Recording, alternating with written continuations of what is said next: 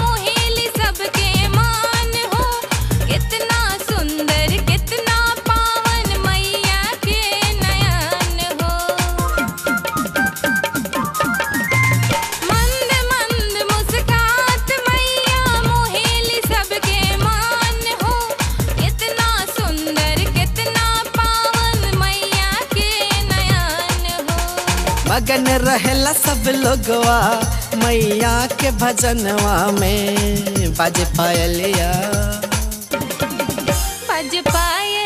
छम छम मैया के चरणवा में, बज पायलिया छम छम मैया के चरणवा में।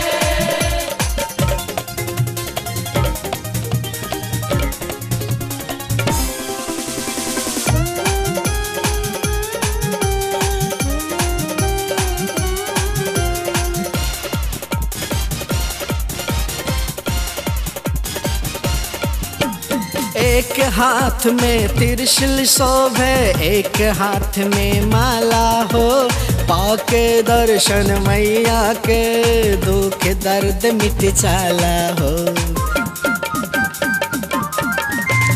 एक हाथ में त्रिशूल शोभे, एक हाथ में माला हो, पाँव के दर्शन मैया के दुख दर्द मिट जाला हो। शांति मन के मिलेला मैया के शरणवा में, बज पायलिया छम छम मैया के चरणवा में, बज पायलिया छम छम मैया के चरणवा में।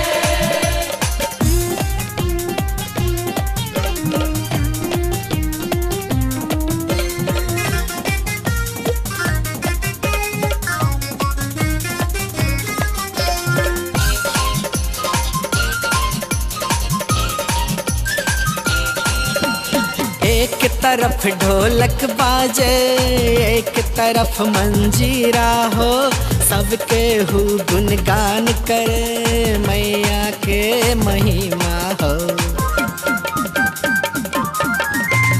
एक तरफ ढोलक बाजे, एक तरफ मंजीरा हो, सबके हु गुणगान करे मैया के महिमा हो।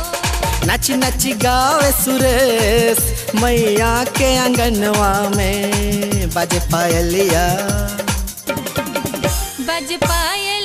छम छम